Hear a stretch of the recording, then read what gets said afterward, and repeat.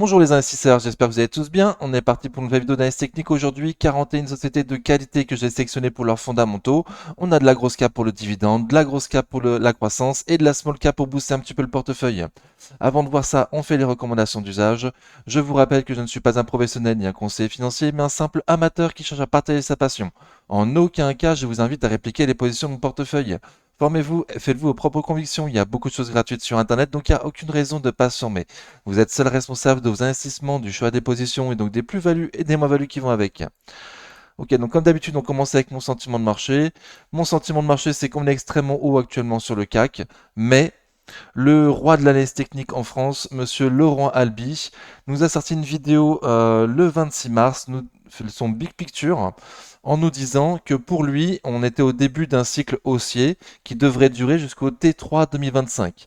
Donc potentiellement, on est cher, mais potentiellement, dans quelques mois, on sera encore beaucoup plus cher. Cela étant dit, ceux qui achètent pour moi aujourd'hui, surtout les court-termistes et les swing traders qui peuvent sortir avec des stops courts de leur position, et les long-termistes qui ne veulent pas tamer le marché. Et les long-termistes qui ne veulent pas tamer le marché, par contre, ils ont suffisamment de cash pour renforcer beaucoup plus bas si on y va. Ok. Et pour le CAC Small, c'est légèrement différent. On est toujours en dessous du milieu de son canal haussier de long terme sur le CAC Small. Donc les prix paraissent beaucoup plus intéressants pour les small. Le problème, c'est qu'elles sont un peu moins recherchées. Bon, elles sont un peu moins recherchées, mais depuis 5 jours, c'est quand même beaucoup mieux.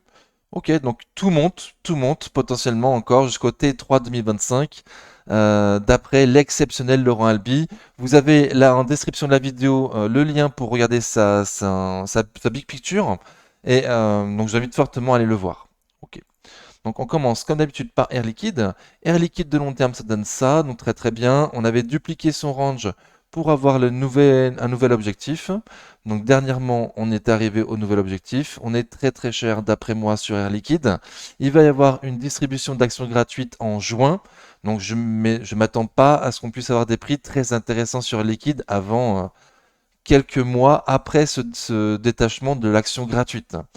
Donc Air Liquide, ça va ouvert en gap baissier le vendredi 22 mars. Et aujourd'hui, mercredi 27 mars, on l'a comblé ce gap aussi. On a même été encore plus haut. On est toujours sous la moyenne mobile court terme. Mais la tendance paraît quand même très très belle. Avec du volume normal, un RSI fort. Ok, mais on est très très cher. Graphiquement, c'est toujours haussier. Donc voilà, je pense avoir fait le tour. Airbus, de long terme, ça donne ça, donc très très bien.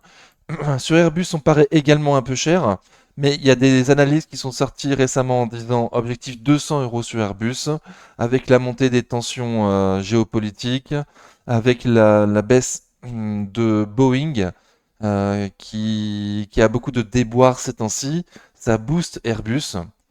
Et en plus, la qualité exceptionnelle de l'entreprise, bien évidemment, hein. Mais à ces prix-là, on paraît quand même un peu cher. Bon, pas d'après tout le monde, hein. Encore une fois, un analyste professionnel qui a fait beaucoup d'études et peut-être qui a beaucoup d'expérience en bourse, nous a dit viser 200 euros. On est à 170 euros. On a une bougie aujourd'hui, mercredi 27 mars, qui ressemble à une étoile filante. Donc attention, ça peut être un signe de retournement si demain c'est confirmé qu'on va au sud. Voilà, mais pour l'instant, on est en surachat. Il y a quand même du volume. Il y a quand même du volume. On a un gap haussier sous les pieds qu'il ne faut pas combler. Si on le gap, si on le comble, pardon, ça sera quand même très mauvais signe. Il est à 164 euros et 4 centimes. Pour l'instant, c'est très haussier, mais une petite bougie qui peut nous dire attention, alerte. Attention, on va voir ce qui se passe. Ok. Donc 164,04, le gap à ne pas combler pour préserver une très très belle tendance. Alten, de long terme, ça donne ça, donc très très bien. On semble au prix juste Alten pour cette année. On est dans un range où, en tout cas, on est plus ou moins au milieu de nulle part entre un support et une résistance. On était sous résistance oblique baissière, bon, qu'on a passé, mais ça se passe pas grand-chose depuis qu'on a passé cette résistance oblique baissière, donc je la rechange. Je la modifie, donc on est toujours sous résistance oblique baissière, au-dessus des M200 jours, que pour l'instant on préserve. M200 jours aujourd'hui à 131,19 €, mais avec un RSI faible, quand même du volume baissier aujourd'hui. Voilà. Donc c'est pas très beau Alten, c'est pas très beau. À la sortie des chiffres, ça fait pas grand-chose. On paraît un peu cher. Le management, Il me semble, a revu à la baisse ses objectifs pour cette année. Du coup, on va viser plutôt le bas de son range. Je vais l'appeler comme ça, même si c'est pas très propre. Et donc, c'est pas très juste de l'appeler un range. Mais en dessous de 120 euros, le prix commencera à devenir beaucoup plus intéressant pour l'investisseur de long terme. Pour l'instant, on est un peu cher. Potentiellement, on est au-dessus des M200 jours pour ceux qui veulent la tenter avec un stop court. M200 jours à 131,19 €. Mais graphiquement, ça paraît moche. Je m'attends plutôt à ce qu'on casse à M200 jours, hein. Amundi, de long terme, ça donne ça, donc très très bien, donc très facile à lire, très peu de bougies en mensuel. On est à un prix où il y a encore une marge de sécurité pour cette année. Les dividendes arrivent. Amundi verse un dividende généralement fin mai, donc il nous reste encore 2 mois pour avoir le dividende sur Amundi. Ça risque de continuer à être soutenu, même si depuis le début de l'année, ça fait pas depuis même mi-décembre, ça fait plus grand-chose à Amundi, hein. Donc là, récemment, on rebondit quand même sur le support des 60 euros. Un rebond sans trop de volume. Voilà, pas trop recherché à mon indice. Encore une fois, ça fait rien alors que tous les indices sont au plus haut historique. Alors qu'il y a un dividende qui va tomber dans 2 mois, ça fait pas grand-chose. Donc je m'attends à ce que ce soit quand même soutenu, qu'on tienne le support des 57,90, 60,45 €. Mais par contre, au détachement de dividendes, vu le peu de force qu'il y a avant le détachement, je m'attends à ce que ça puisse s'écrouler, donc attention. Si on arrive à passer la résistance des 64,05, 64,60, ça serait déjà beaucoup mieux. Graphiquement, ce serait beaucoup plus intéressant. ASML Holding, de long terme, ça donne ça, donc très très bien. Hop, une fusée ASML. Il y a des petits soucis géopolitiques. On a vu Xi Jinping qui était hier aux Pays-Bas et qui a dit que les restrictions de l'État néerlandais par rapport aux exportations d'ASML Holding pouvaient entraîner vers la guerre. Voilà, c'était des mots un peu forts parce que les Américains mettent la pression aux Hollandais pour que les Hollandais de ASML Holding, hein, une entreprise hollandaise, ne fournissent pas des produits de leur plus grande qualité, ne leur fournissent pas les machines qui permettent de faire les plus et les plus petites. Donc voilà, donc petite tension géopolitique sur ASML Holding. On est entre un gap baissier et un gap haussier. Donc au dépassement d'un de ces gaps, on saura où on va. Si on casse les 888,90 €, potentiellement on pourra aller au sud. Ça serait un signe baissier. Et si on casse les 923,40 €, ça serait un signe haussier. Potentiellement, on pourrait aller un peu plus haut. Voilà, j'enlève mes extensions de Fibo. Ok, donc attention à SML Holding. Un peu cher à ces prix-là, oui, par rapport à ce que je vise, oui. Et en plus, pression géopolitique. Mais on va viser 1 000 € pour les années futures sur ASML Holding, hein, malgré tout. Beneteau, de long terme, ça donne ça, donc assez spécial. Donc c'était bien dividende réinvesti hein, depuis 2000. Donc c'est pas du tout une société qui fait surperformer. Par contre, a fait des hauts et des bas, donc c'est bien hein, de l'acheter un peu bas pour la vendre un peu haut, quoi. ASML Holding, à court terme, ça donne quoi? On avait passé une résistance oblique baissière de moyen terme. Depuis, ça se passerait très bien. Donc, j'enlève ma résistance oblique. On en est où? On avait passé AM200 jours. Donc, le mercredi 20 mars, on a dû le voir. Depuis, ça latéralise. Toujours en très très belle tendance haussière, au-dessus de la moyenne mobile court terme, avec un RSI très fort. Ça accumule légèrement du volume. Ok, donc très bien pour Beneteau, ça se passe bien. Pardon, objectif du coup.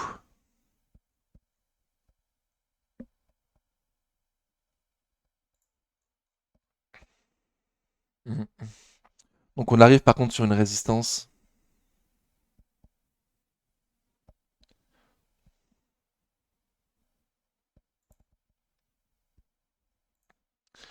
Ok, donc on arrive sur une résistance. Résistance que je trouve entre 13,93 et 14,36. Donc la résistance des 14 euros en fait. On arrive sur résistance des 14 euros. Si on arrive à la passer, potentiellement, prochain objectif, les 15 et ensuite les 16. Bon, bah il semble y avoir un support plus ou moins tous les euros sur Beneteau. Ok, très très très très bien en tout cas, très très bien parti sur Beneteau. Et au sud, il ne faudrait pas combler le gap à 12,76 €. Ce serait le gap haussier du mercredi 20 mars. Ce serait très mauvais signe. Capgemini, de long terme, ça donne ça, donc très très bien. On semble être arrivé au prix juste pour cette année. De court terme, ça donne quoi?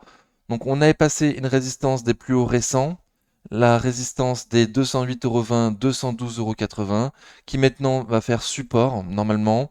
Donc on est en plein dessus. Voilà, pour l'instant ça fait support Capgemini, mais à court terme, c'est quand même sous la moyenne mobile court terme. Il y a du volume, il y a du volume, mais le RSI passe en dessous de 50, donc il n'y a plus de force. Hmm. Ok. Donc, tant qu'on préserve ce support des 208,20 €, 212,80 €, tout va bien. Ça devrait être un très très fort support. Légèrement en dessous, il y a un gap à combler à 207,70. Ça sera la dernière ligne de soutien sur Capgemini. Sinon, après, ça deviendra beaucoup plus moche, beaucoup moins intéressant. Ok. Et là, quand même, tendance baissière à court terme, on est arrivé au prix. Il n'y a plus trop de potentiel fondamental sur Capgemini, d'après moi. Dassault Systèmes, de long terme, ça donne ça, donc très très bien. Vous voyez les prix que je vise pour 2024 et 2025. On est extrêmement loin des prix que je vise sur Dassault Systèmes, malgré que je prenne en compte un PER de 30. Donc on est très très cher, mais Dassault Systèmes c'est toujours payé très très cher. Le souci, pour moi, c'est qu'il y a beaucoup moins de croissance qu'avant sur Dassault Systèmes. Donc ce PER extrêmement élevé au-dessus de 30, pour moi, n'a plus lieu d'être. Donc on va voir si j'ai raison ou si le marché veut penser autrement et veut lui laisser un PER extrêmement élevé, encore au-dessus des 30. Pour l'instant, on préserve AM200 jours à 40,35 € AM200 jours, mais on est sous résistance oblique baissière à court terme sur des systèmes. Donc une tendance baissière, on a du mal à repasser au-dessus de la moyenne mobile court terme, on est sous résistance. Potentiellement, si on arrive à passer la résistance, des 42 € sera déjà mieux, mais ça ne voudra pas forcément dire passer la résistance oblique baissière.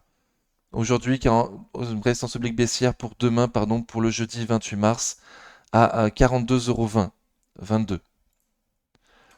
Ok, donc extrêmement cher.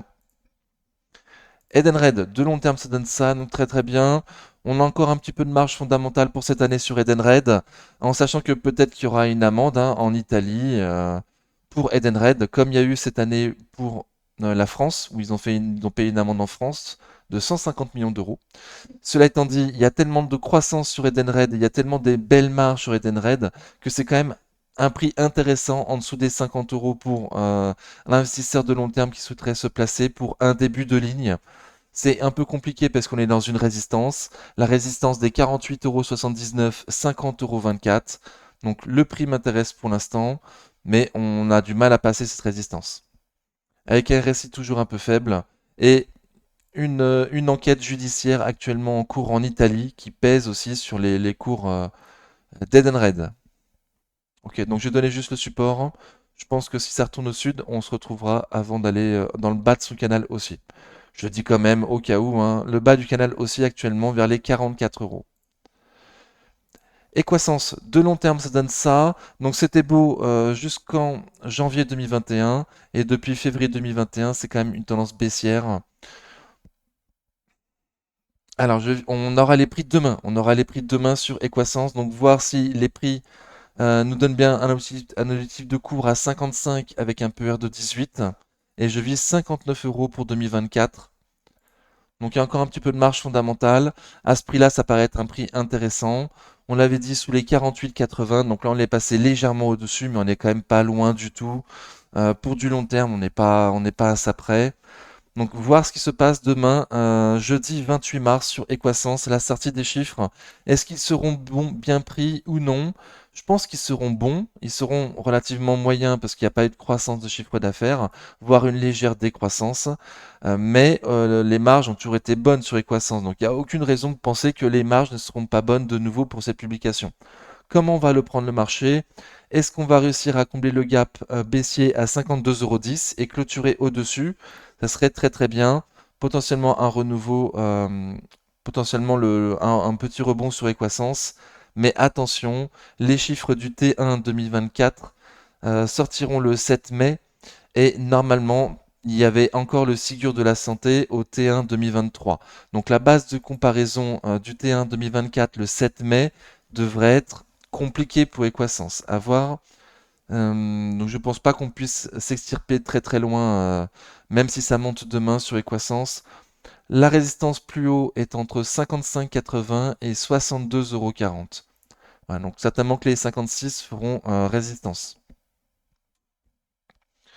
On verra demain. Je croise les doigts.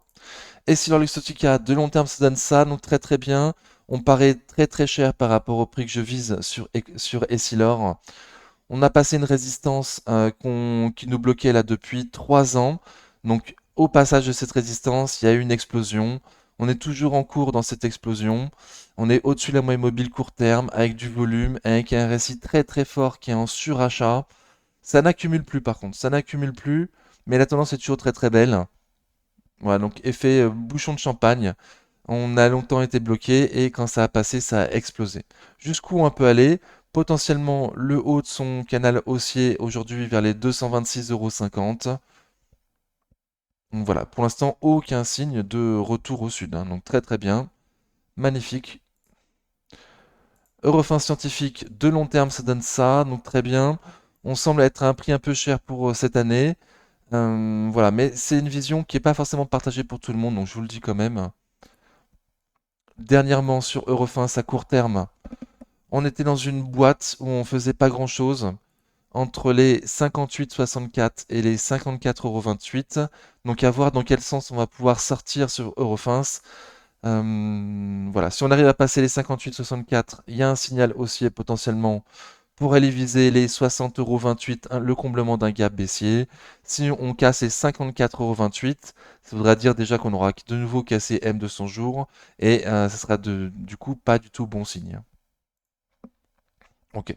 Du volume sympa, un RSI un peu fort, ça a légèrement accumulé aujourd'hui sur Eurofins, mais on est toujours dans cette boîte. Pour l'instant, il ne se passe pas grand-chose. Euronext, de long terme, ça donne ça. Pardon, je crois qu'on voit pas tout. Ok, donc si, uniquement depuis 2014, donc c'est pas compliqué à lire Euronext, du coup, je trouve encore un peu de potentiel fondamental sur Euronext. Il n'y a pas énorme, mais quand même encore un petit peu, c'est une magnifique société, surtout si tout va monter, tout va être un peu cher. Euronext pour l'instant n'est pas un peu cher, quoi. Elle est même pas à son prix juste, hein, légèrement en dessous. Donc dans un canal haussier de long terme, voilà, tout très beau canal, pour l'instant il est bien tenu, on est en plein milieu. Le bas de son canal vers les 85 euros. Voilà, ce qui sera également le haut de son support. À 84,30 €, le haut du support exactement. Ça manque peut-être un peu de volume. Le RSI il est toujours très fort, hein, au-dessus de 50, donc très très bien. Très très bien Euronext. À voir jusqu'où on peut aller. FDJ, de long terme, ça donne ça. Donc pareil, pas beaucoup de bougies, très facile à lire. C'est pour ça qu'on a pu dire sur la chaîne très facilement, attention, on arrive sur le support des 30, avec un super rendement sur FDJ. Donc je pense qu'il y en a pas mal qui en ont profité, très très bien. On arrivait au prix juste sur FDJ par rapport au prix estimé. En sachant que l'année prochaine, ils vont intégrer Kindred, et là, les potentiels de bénéfices par action devraient exploser sur FDJ, devraient largement augmenter, voilà, pour voir des prix beaucoup plus intéressants que ceux qui sont écrits actuellement comme objectif. Pour l'instant, mes objectifs ne tiennent pas en compte l'acquisition de Kindred. Ok. À court terme, ça donne quoi? Donc bah pas grand-chose, hein. Pas grand-chose. On était monté sur FDJ bien avant la saison des dividendes, parce qu'il y avait l'annonce de cette acquisition de Kindred, qu'ils achetaient pas trop cher, et en plus Kindred qui est une magnifique société avec de très belles marges également. Voilà, donc on était déjà monté bien avant la saison des dividendes. Donc depuis ça fait pas grand-chose. On arrivait plus ou moins à un prix juste.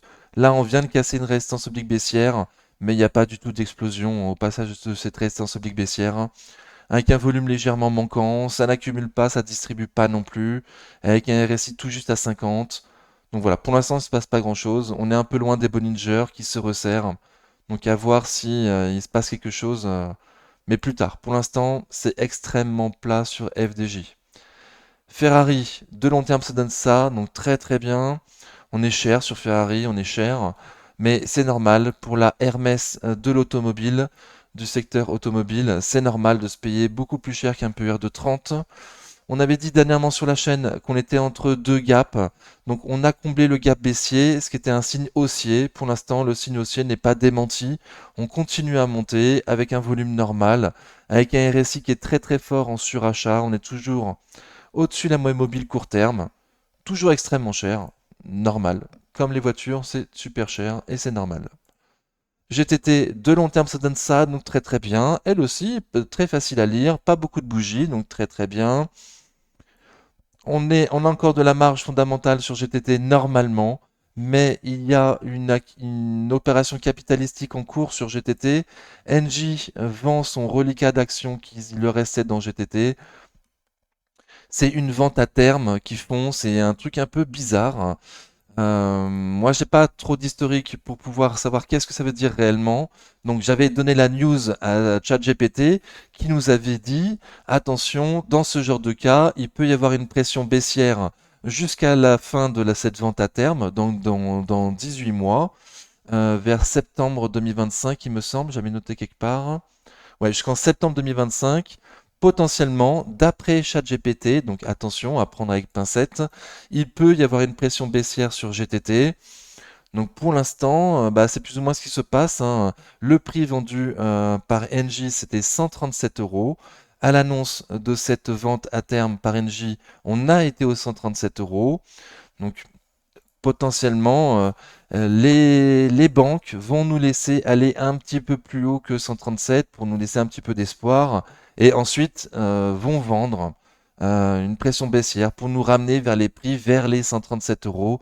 Donc attention, est-ce que pendant 18 mois, on aura vraiment le potentiel pour aller au prix que je vise? Voilà, pas sûr. Donc si vous avez un avis, une idée, n'hésitez pas à le mettre en commentaire.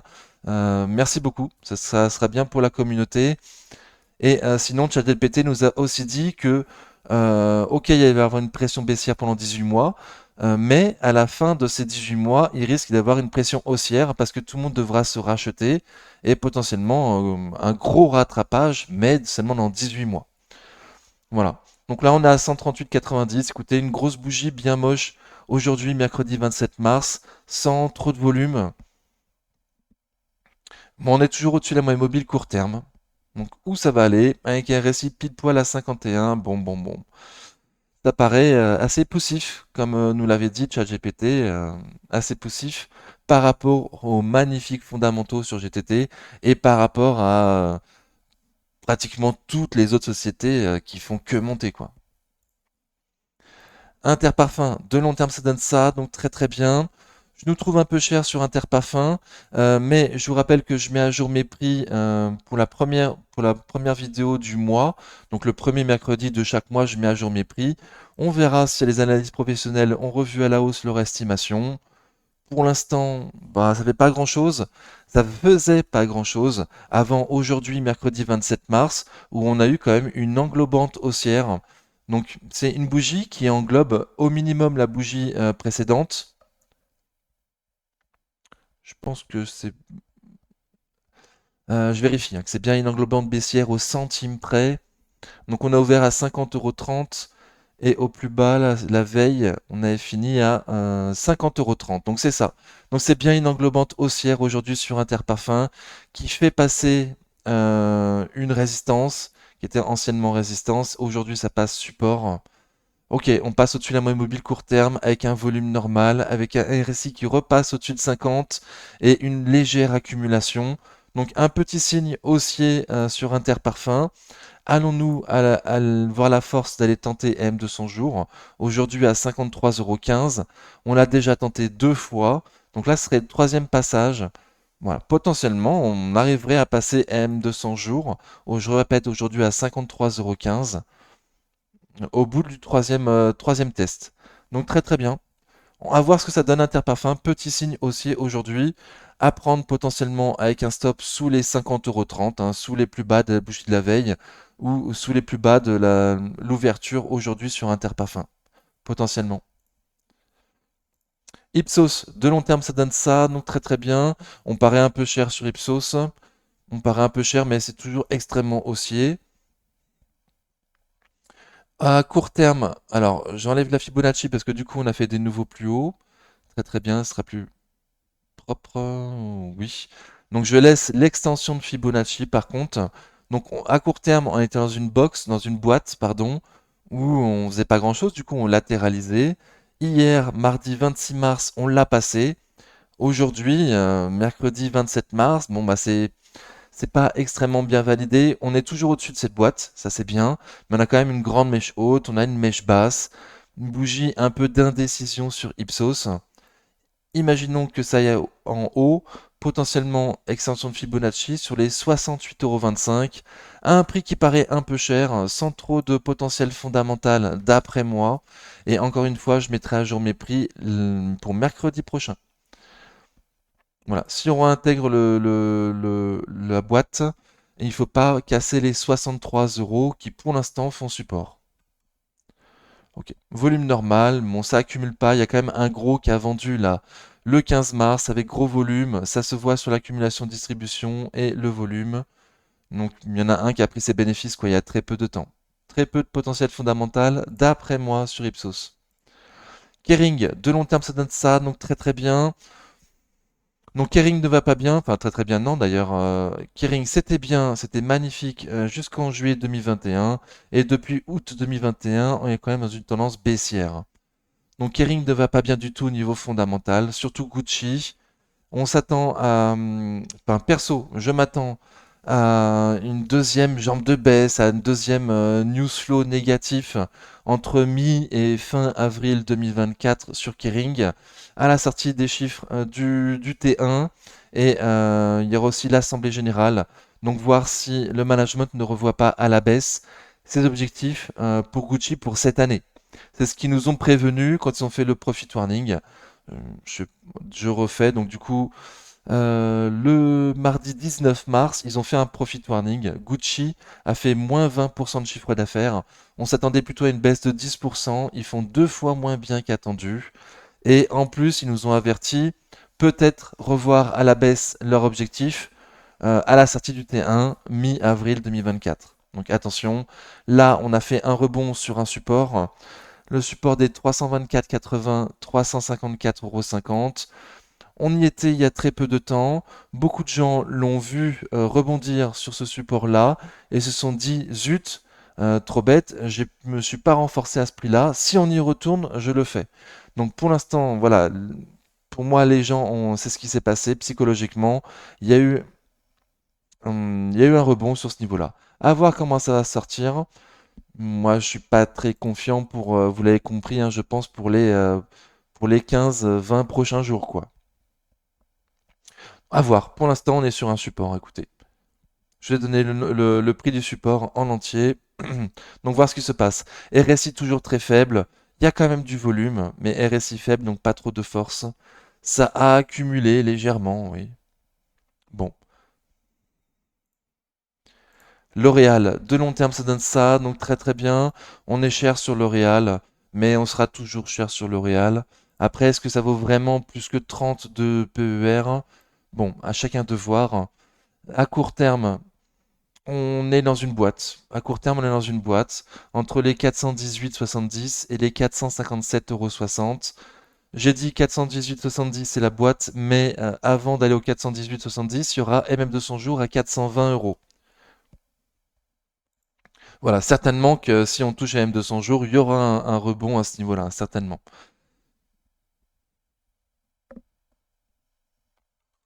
Bon, je reste sur mes prix de ma boîte, je dis rien de plus pour l'instant, ça sert pas à grand-chose. RSI en dessous de 50.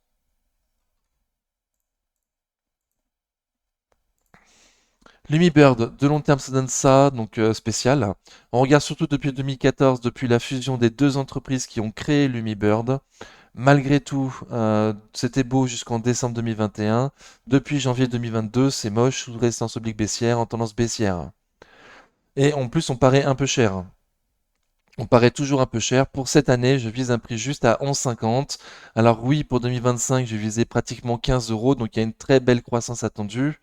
Malgré tout, on est à 13, donc ça me paraît quand même un peu cher.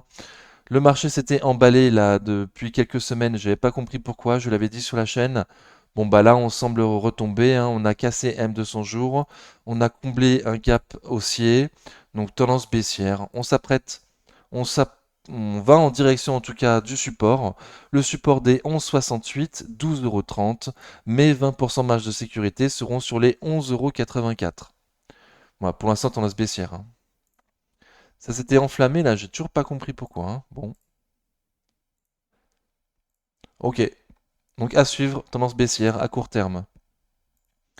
LVMH, de long terme, ça donne ça, donc très très bien. On semble cher, mais quand même pas abusé mon cher, hein, franchement, sur l'une des plus magnifiques sociétés du CAC 40. On est un peu chéro, mais pas non plus trop, hein. On a vu bien pire dans les sociétés juste avant. On est sur le support des 800 euros, 820 euros. Bon, on a rebondi dessus pour l'instant, on est à 830 en tendance baissière à court terme quand même, sous la moyenne mobile court terme et sous un gap baissier. Donc il faudrait combler les 840,70 € pour repartir un petit peu plus haut. Voilà, je serais pas du tout étonné, hein, à ces prix-là. Je pense qu'il y a des gens qui sont intéressés pour du long terme, qui ont suffisamment de cash pour renforcer beaucoup, enfin, plus bas si on y va, de toute façon. Et voilà, pour l'instant, les 820 euros tiennent en clôture. À voir si ça perdure. Perdure. Surtout les 800 euros. J'ai très peu des. Alors, il y avait potentiellement une création d'une épaule tête. Est-ce qu'il va y avoir une épaule? Et est-ce que l'épaule tête-épaule sera validée? On verra. C'est une épaule tête-épaule, pour ceux qui connaissent pas, pardon. C'est un signe de retournement baissier. Pour l'instant, on n'a que la moitié de cette figure qui a l'air de se dessiner, donc on va voir ce qui se passe. Pernod Ricard, de long terme, ça donne ça, donc très très bien. On a de la marge fondamentale pour aller plus haut sur Pernod Ricard. Donc de long terme, magnifique. Quand même, à moyen terme, là, assez moche depuis mai 2023.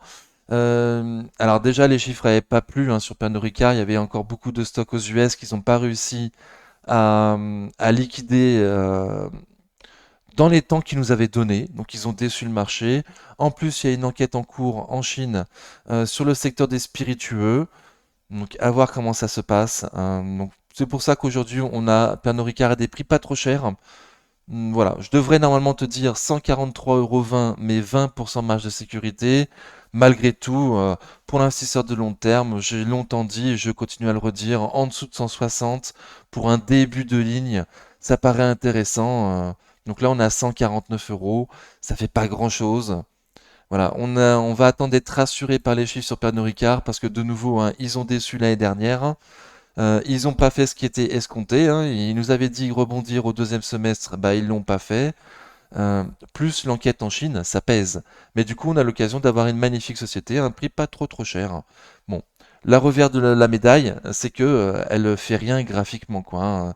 C'est pas elle qui nous fait surperformer ces temps-ci. Ok, donc on a été comblé un gap haussier. Hmm, voilà, dans le support que j'avais trouvé depuis très longtemps, les 142, 156, on est en plein dedans. On fait pas grand-chose. Ok. Et effectivement, on m'a fait rappeler récemment, oui, qu'il y avait un support oblique de long terme qui passe sur les 135 euros. Voilà, il devrait y avoir quand même beaucoup de monde sur les 135 euros si on y va. Déjà que les prix aujourd'hui ont l'air intéressants. 135 euros, il y aura vraiment beaucoup, beaucoup de monde. Voilà, et encore de nouveau, un prix intéressant certes, mais ça fait rien quoi. On va attendre d'être rassuré. Publicis Group, de long terme ça donne ça, donc très très bien. On paraît très cher sur Publicis Group, mais Publicis Group est désigné comme un vainqueur de l'arrivée de l'IA. Donc c'est certainement aussi pour ça que ça performe super bien Publicis. Elle était longtemps dans un range Publicis que du coup on a dupliqué. On a dupliqué maintenant 3 fois. On a un objectif avec ce nouveau range à 100,85 €. On s'y approche très très fort, voilà, avec un récit qui est toujours très fort, avec un volume un peu manquant quand même, mais très très belle tendance haussière à court, moyen terme et long terme quoi. Magnifique, magnifique, un peu chéro, a priori d'après moi avec un PE de 14. Mais la tendance est toujours très très belle. Et si on arrive à passer les 100,85 €, bah, je mettrai de nouveau un nouveau range pour avoir un nouvel objectif de prix. Même si ça me paraît un peu cher, tant que c'est haut, je vais viser le haut, la hausse. Rémi Cointreau, de long terme, ça donne ça. Donc c'était magnifique jusqu'en décembre 2021. Et depuis janvier 2022, ça se passe pas très bien. Donc exactement, enfin, enfin, exactement la même chose que Pernod Ricard en fait, hein. Ils avaient trop de stocks aux US. Ils nous ont dit, t'inquiète, en 2023, au deuxième semestre, on va rebondir, on va liquider les stocks au premier semestre et deuxième semestre, ça va repartir. Bah pas du tout, pas du tout. Ils n'ont pas réussi à liquider leurs stocks. Il y en a toujours eu autant tout au long de l'année sur Rémi Cointreau. Donc elle a déçu au niveau fondamental tout le deuxième semestre 2023. Donc du coup, on a revu à la baisse tous nos objectifs de prix. Aujourd'hui, pour 2024, je visais 91 euros, donc on est légèrement au-dessus. Mais comme sur Pernod Ricard, pour l'investisseur de long terme, j'ai longtemps dit et je continuerai à dire qu'en dessous de 100 euros, pour un début de ligne, ça semble quand même pas mal, quoi. On était quand même à plus de 200 euros en décembre 2021. Donc l'entreprise n'a pas changé depuis, hein. Il n'y a rien qui a changé, hein. Donc bon, voilà, on me paraît très bas. Potentiellement, on peut encore aller plus bas sur les 91 euros, mon prix fondamental que je lui trouve. On a également un support oblique de long terme qui passe aujourd'hui sur les 88 euros plutôt. Donc voilà, donc un prix qui semble intéressant, mais même cause, même résultat que Pernod Ricard, hein. Il y a aussi l'enquête en Chine. Ça pèse sur les cours, donc il se passe rien. Elle ne fait absolument pas surperformer Rémi Cointreau pour l'instant. Elle a un prix qui semble intéressant, mais seul le prix paraît intéressant, quoi. On a été comblé un gap haussier, les 88,78.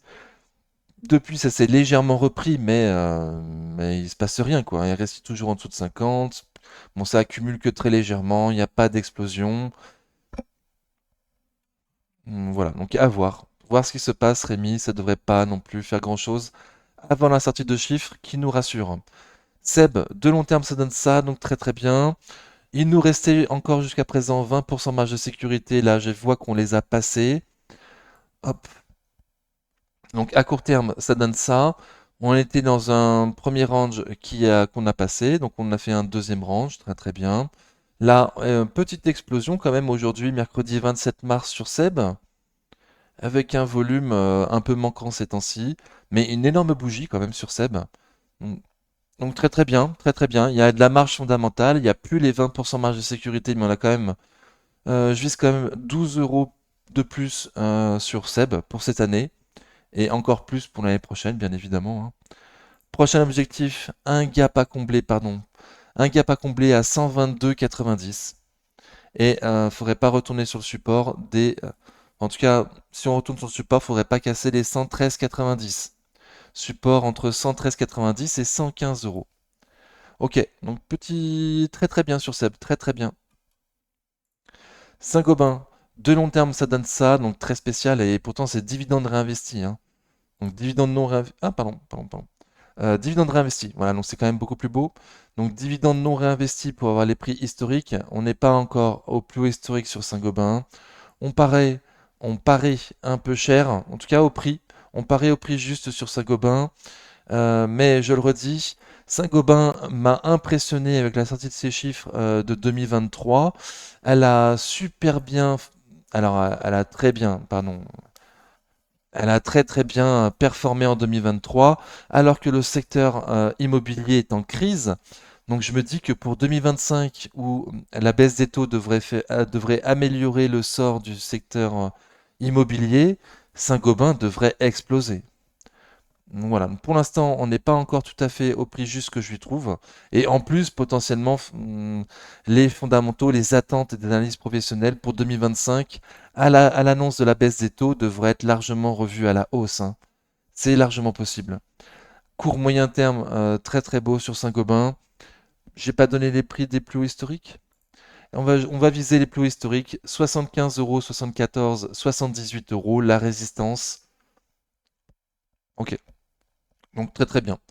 Et là, on arrive à très court terme, on n'arrive pas encore à passer. Euh, les 70 72,28 €, les prix d'ouverture de cette énorme bougie du 1er mars. Ok, au passage de 72,28, potentiellement, on ira voir la résistance plus haut dont j'ai donné les prix tout à l'heure. Ok. Gros espoir sur Saint-Gobain, je me mouille, hein, franchement, gros espoir. Et pourtant, on est déjà à un prix plutôt juste. Donc je me mouille. J'espère que ça va payer pour ceux qui sont dessus. Sanofi, de long terme, ça donne ça. Donc dividende réinvesti. Ah, pardon. Dividende réinvesti, ça donne ça, c'est encore plus beau. Dividende non réinvesti, ça donne ça. On est quand même pratiquement au même prix qu'il y a 10 ans. En 2014, on était déjà aux 90 euros. Donc là, on n'a rien fait depuis 10 ans sur Sanofi. Dividende non réinvesti.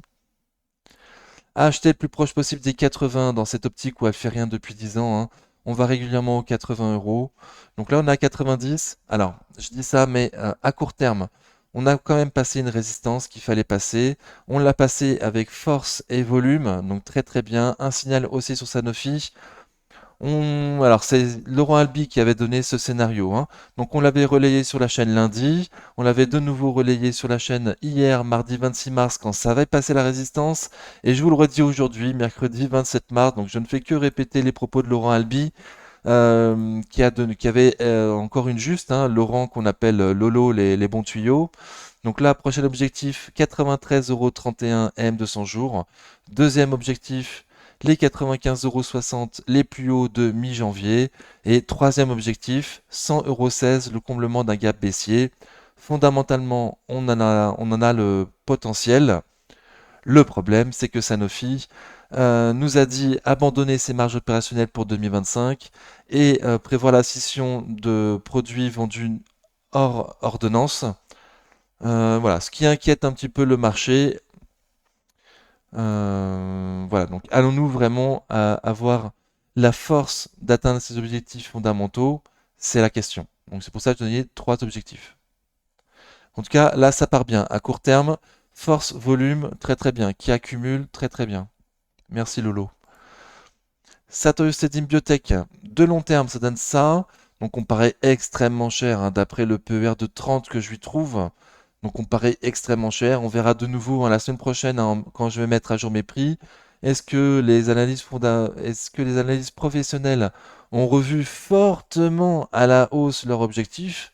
Bon, j'en doute, hein. À ce point, j'en doute. Donc voilà, donc moi, je comprends toujours pas. Je vous ai montré la semaine dernière, ou peut-être il y a 2 semaines, VIS, le Value Investing Screener, pour voir les PEG ratio, pour voir le VOG et le DCF, pour voir si, en prenant en compte la croissance pour les 10 prochaines années, on était quand même à un prix intéressant ou pas. Eh ben non, quoi, tout était rouge, et on est extrêmement cher sur cette Cedim. Il me semble que la semaine dernière, j'avais mis un canal haussier, que là, aujourd'hui, mercredi 27 mars, on a cassé par le sud. Donc je la laisse encore, voir si demain, Lolo les bons tuyaux de nouveau, hein, nous dit tout le temps qu'il faut attendre une bougie de confirmation. Donc à voir demain s'il y a bien une bougie de confirmation de Satostedim où on casse ce canal baissier, ce canal haussier, pardon, ou une bougie qui infirme la bougie d'aujourd'hui et est-ce qui nous ferait réintégrer le canal. À voir. Si ça part au sud, prochain support 234,33 € M200 jours, mais qui sera encore à des années-lumière des prix qui je trouve intéressants, quoi. Schneider Electric, de long terme, ça donne ça, donc très très bien. Schneider aussi paraît extrêmement cher. Bulle sur Schneider, hein, franchement, j'ose le dire, hein. Pour moi, il y a une bulle sur Schneider. Bon. Donc on était extrêmement haut, extrêmement haussier. Aujourd'hui, mercredi 27 mars, grosse bougie moche. Donc il y a quand même une mèche basse, hein, une mèche haute. Donc ça s'est racheté plus bas. Ça voulait pas non plus aller combler le gap des 202,75 € qui sera notre juge de paix pour qu'on pour que cette magnifique tendance haussière soit toujours aussi magnifique. Tant qu'on est au-dessus, c'est toujours aussi magnifique. À voir si on latéralise pas, hein. Pour moi, on est extrêmement cher. Donc grosse bougie bien moche aujourd'hui, mercredi 27 mars, avec gros volume vendeur. Voilà, on est extrêmement cher sur Schneider. Magnifique société, donc c'est normal qu'elle soit chère. Mais bon, là on est quand même très très cher, quoi. Soitec, de long terme ça donne ça, donc très très bien. Un excellent YouTuber, Investir pour la liberté, en a fait une vidéo ce week-end, il me semble, où il nous dit ce qu'il en pense et il donne un prix en plus. Donc je vous invite à aller voir. Je mettrai en description de la vidéo le lien pour aller voir sa vidéo. Donc à court terme, à moyen terme, pardon, à moyen terme, Soitec, on est dans un range entre les 110,60 €, alors le bas du range, pardon, les 110,60 €, 120,35 €. Pour l'instant, on est dans le support, dans le support de ce range. Donc on est sur les 120,75 € aujourd'hui sur Soitec. À court terme, on est quand même sous résistance oblique baissière, donc sur un support. On n'a pas encore été voir l'extrême bas de son support, hein, les 110,60. On est à un prix, pour cette année, moi je vise un prix fondamental à 123 euros. Donc on est au prix visé. Donc je ne serais pas étonné qu'on aille voir l'extrême sud de son support, quoi, sur les 110 euros. Bon, pour l'instant, on latéralise sur les 120. Au passage de cette résistance oblique baissière, bah, vous oublierez gentiment ce que je viens de dire, parce que potentiellement, on sera reparti pour une tendance haussière, hein. Voilà, on est à un prix quand même intéressant pour du long terme, hein. Pour ceux qui viseraient l'année prochaine, je vise quand même 160 euros. Voilà, donc pour quelqu'un qui se place dans ce range, on est dans le bas du range. Pas sûr qu'on aille voir l'extrême sud, hein, comme je l'espère, mais c'est potentiel là. Et un bon prix pour l'année prochaine où je vise 160 euros, donc plutôt le haut de son range. Ok, ça distribue, ça a quand même déçu à la sortie des chiffres, hein, où ils ont vu à la baisse leur objectif pour 2024. Soprasteria Group, de long terme, ça donne ça, donc très très bien. On n'est pas encore au prix juste sur Soprasteria, on a une petite marge de sécurité, ok. À long terme, c'est magnifique, à moyen terme, c'est magnifique. À court terme, on est sous résistance oblique baissière, donc c'est beaucoup moins beau à court terme. Après avoir fait, je sais plus, 60% je crois, en 3 mois. Euh, C'est 49%, pardon. On a fait uniquement 49% sur Soprasteria entre fin octobre et début mars. Donc normal qu'il y ait des prises de bénéfices. Pour l'instant, on a cassé les 23,6 de Fibonacci dans la consolidation. Ok. Mais on n'a pas encore été comblé le gap à 216 euros. Le gap haussier, on a été au plus bas à 216,20 €. Donc pour 20 centimes, on n'a pas comblé ce gap baissier. Est-ce que nous allons le faire enfin avec une mèche ou un corps? On verra. Ou est-ce que l'entreprise Soprasteria est tellement forte que les acheteurs n'ont même pas attendu le comblement du gap pour re-rentrer dessus? Donc on va voir. Pour l'instant, à court terme, on est sous résistance oblique baissière et on est même sous la moyenne mobile court terme. Donc à court terme, c'est quand même relativement moche, malgré ces deux bougies là de mardi 26 et mercredi 27 mars. Voilà, c'est quand même moche à court terme, avec un RSI qui est toujours faible. Donc à voir sur Prasteria, il y a du potentiel fondamental pour aller plus haut. Très très bien. Jusqu'où on peut aller au sud, on verra bien. ST Microelectronics, de long terme, ça donne ça, donc on ne prend pas en compte la bulle.com. Dans un canal haussier depuis 2016, ouais, validé surtout par la mèche du mars 2020 du Covid et de juillet 2022. Ok, donc dans un canal haussier, plutôt depuis mars 2020 en fait. Je vais enlever hop, ce qu'il y avait avant.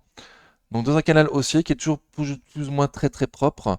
Le souci sur ST Microelectronics, c'est que à la sortie des chiffres annuels, il me semble, ou du T4 2023, je sais plus, hein, le management nous a dit objectif pour l'année prochaine. Non, c'est les résultats annuels, il me semble, ou les chiffres d'affaires en tout cas. Ils nous ont dit objectif pour l'année prochaine, bah moins 15 au premier trimestre. Et c'est le seul objectif qu'ils nous ont donné.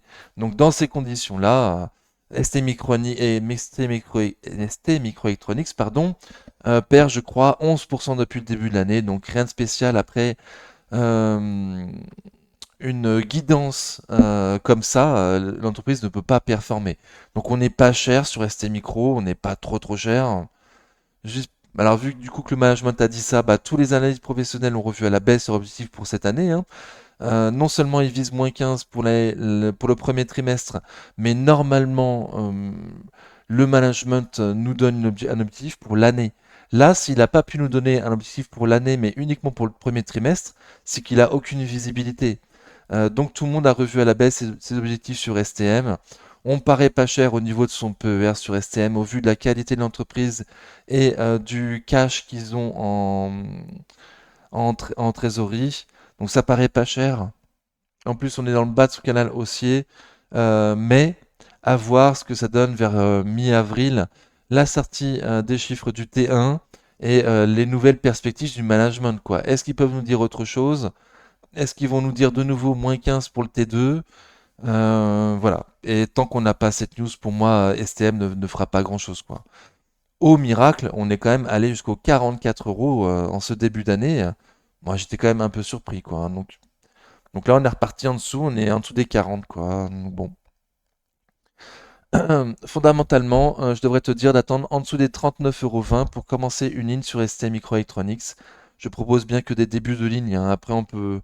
À toi de voir en combien de fois tu peux l'acheter et jusqu'où au plus bas tu penses qu'elle puisse aller. Ok, donc on va attendre STM. Aujourd'hui, le plus bas de son canal haussier, pour moi, c'est 37,80 €. Sur le groupe, de long terme, ça donne ça.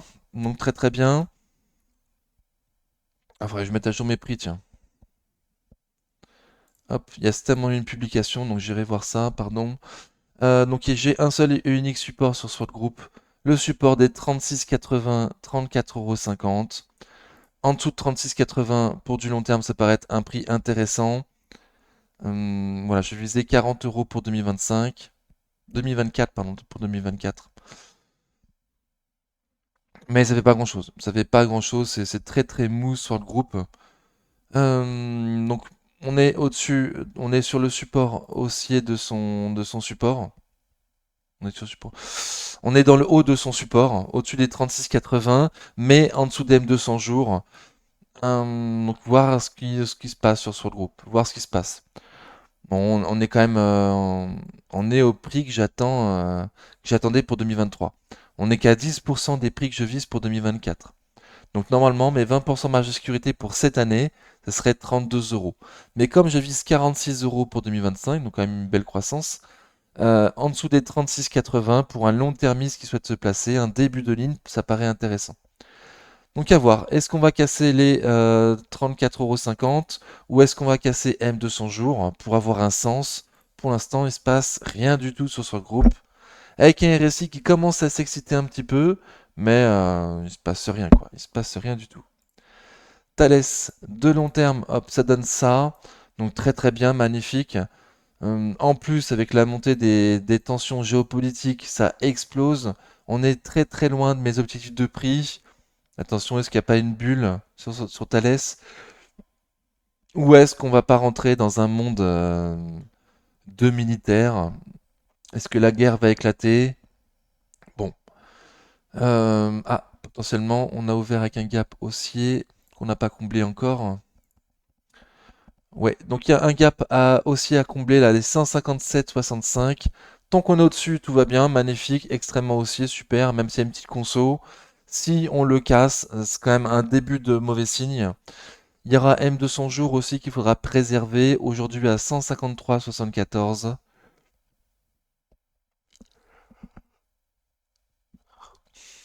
Et si on va plus bas, sur les 150 euros, le prix rond des 150 euros plus les prix de la bougie du 5 mars, il devrait y avoir un petit début de rebond potentiellement sur Thales.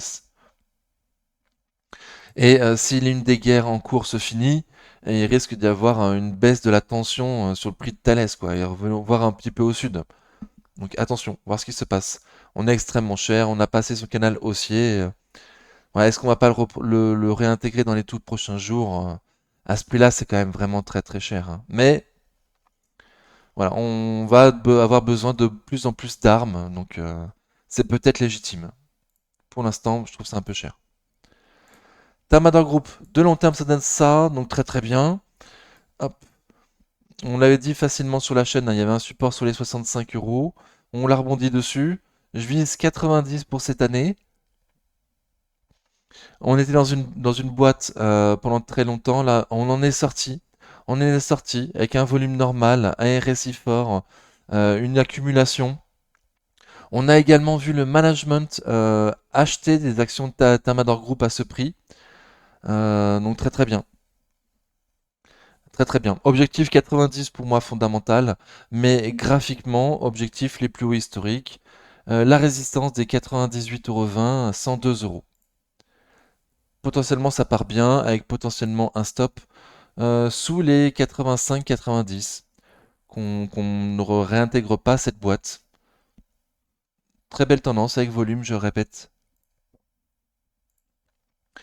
Total Energy, de long terme, ça donne ça, donc très très bien. On est dans un canal haussier hop, qui est plus propre, dividende réinvesti. Mais par contre, à plus court terme, c'est plus propre, dividende non réinvesti, pour moi, hein, c'est ma vision des choses. On a encore un petit peu de marge fondamentale pour cette année pour Total Energy. Après, ça dépendra surtout du prix du pétrole, hein. Mais les Ukrainiens ayant cassé pas mal de raffineries russes, le pétrole s'est envolé dernièrement. Donc très bien. Est-ce que ça peut continuer? Certainement que le pétrole restera cher. En plus, toujours les outils qui bloquent le canal de Suez. Donc les bateaux sont obligés de faire plus de place, plus de chemin, pardon, pour approvisionner en GNL et en pétrole l'Europe. Donc ce qui fait augmenter aussi un petit peu les prix, quoi. Ok, donc détachement du dividende a eu lieu la semaine dernière. On les aura sur le compte début avril. Ça fait tard, hein. Ça fait très très tard. Et depuis, bon, ça latéralise en légère tendance baissière. Je m'attendais quand même à une plus grosse tendance baissière que ça. Bon, pour l'instant, ça n'est pas grand-chose. Ça s'écroule pas, ça remonte pas non plus. Voilà, avec un volume plutôt faiblard.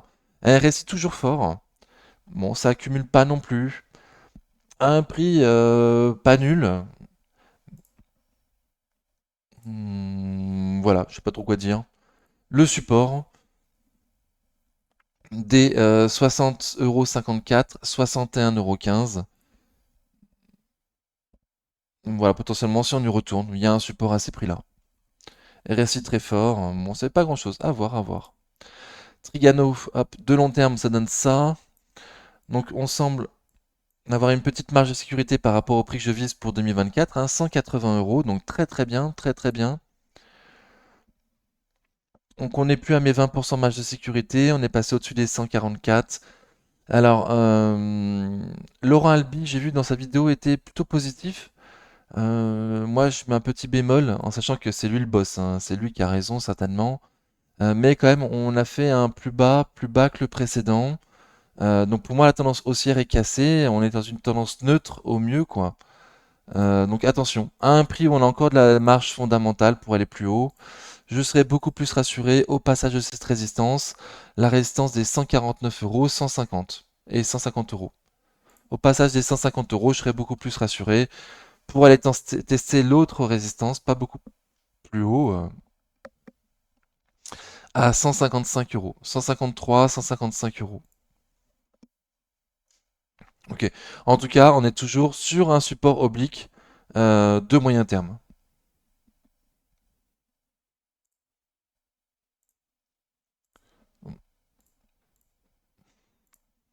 Ok. Donc très très bien. Sur un support oblique de moyen terme, Laurent Albi était très confiant. Potentiellement double bottom, un peu moche, qu'on aurait passé aujourd'hui, mercredi 27 mars, avec un RSI fort qui accumule, mais manque un petit peu de volume quand même. Ça manque un petit peu de volume aujourd'hui. Veralia, de long terme, ça donne ça, donc très très bien, très facile à lire. Encore une fois, c'est grâce à ça qu'on a pu voir qu'on arrivait sur le support des 30 € avec un super rendement sur Veralia. Donc j'espère que certains d'entre vous ont pu en profiter. On a on arrivait au prix juste pour cette année pour Veralia. Elle était assez poussive jusqu'à présent, Veralia, assez poussive. Il y a aussi pour Veralia une enquête en Italie en cours, hein, pour entente. Donc attention, voir ce que ça donne. Au passage des 36,14 €, ça sera bien meilleur signe. Cela étant dit, déjà aujourd'hui, mercredi 27 mars, énorme bougie haussière sur Veralia avec un volume normal et un RSI fort qui accumule fort. Donc potentiellement pour les court-termistes, Veralia à prendre avec un stop sous M200 jours, aujourd'hui à 35,32, ce qui correspond également plus ou moins au milieu de cette bougie. Voilà, donc pour les court-termistes qui voudraient un stop court et avec potentiellement une explosion un peu plus intéressante haussière au passage des 36,14 ou des 36,18 dans cette zone-là. Entre 36,14 et 36,18, voir ce que ça y fait.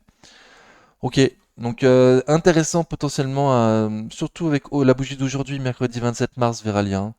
Très très bien. Il n'y a plus trop de marge fondamentale, mais ils ont sorti certainement leurs chiffres que j'ai pas eu le temps de voir. Et ça, je suis pas sûr d'ailleurs. Non, je suis pas sûr qu'ils ont sorti leurs chiffres. Mais s'approche de la distribution du dividende. Dividende qui est versé chez Veralia début mai. Début mai, donc dans un mois. Donc potentiellement, voilà, c'est peut-être aussi juste pour le dividende qui arrive dans un mois, une petite pression haussière de court terme. Vinci, de long terme, ça donne ça, donc magnifique, super, très très bien. On est arrivé au prix juste sur Vinci, on est au prix juste. Moi je vis 119, on est à 120. Ah, donc on était dans une boîte sur Vinci qu'on avait passé, mais c'était un faux signal. On est retourné au sud la semaine dernière ou il y a 2 semaines. Et là, ça rebondit. Ça rebondit très fort en deux bougies avec un volume normal et un RSI fort. Donc il n'y a plus trop de marge fondamentale pour aller plus haut, mais c'est une magnifique société Vinci. Donc est-ce qu'elle aussi, elle voudra rentrer en bulle ou en petits excès? Pour l'instant, on est au prix juste. Pour l'instant, il n'y a pas d'excès. On a vu d'autres sociétés qui étaient aussi magnifiques que Vinci, qui faisaient des excès. Donc pourquoi pas, pourquoi laisser notre petite copine Vinci sur le bas de la route sans faire d'excès, quoi? Elle aussi, elle a le droit de faire des excès. Pas d'excès de vitesse, hein, et surtout pas sur les autoroutes. Attention. Donc j'avais une extension de Fibonacci qui nous donnerait pour prochain objectif les 121,46 €, les 50% d'extension de Fibonacci sur Vinci, potentiellement. Et si ça continue encore à aller aussi fort, aussi haut, aussi vite, hop, les 61,8 d'extension de Fibonacci sur les 123,48 €. Donc voilà, bon, il n'y a pas grand chose à gratter, elle est quand même au prix juste, quoi. Est-ce qu'ils vont partir en bulle sur Vinci? Bon, je suis pas sûr. Hop. Wavestone, de long terme, ça donne ça, donc très très bien. Oui, très très bien, pardon. On était longtemps dans un range qu'on a enfin passé en décembre 2023 à l'annonce d'une magnifique acquisition ou après l'annonce d'une magnifique acquisition. Donc tout porte à croire que mes prix visés ne prennent pas encore en compte cette acquisition qu'ils font en Allemagne et aussi une autre très belle aux États-Unis. Donc on était retourné sur le gros support dernièrement, là, les supports des 53,50 €, 55 €. Et il y a eu un rebond. Bon, plutôt faible. En tout cas, là, on est retourné dans le support. On est retourné dans le support. On a cassé le support oblique. Donc voilà, à voir ce que ça va donner.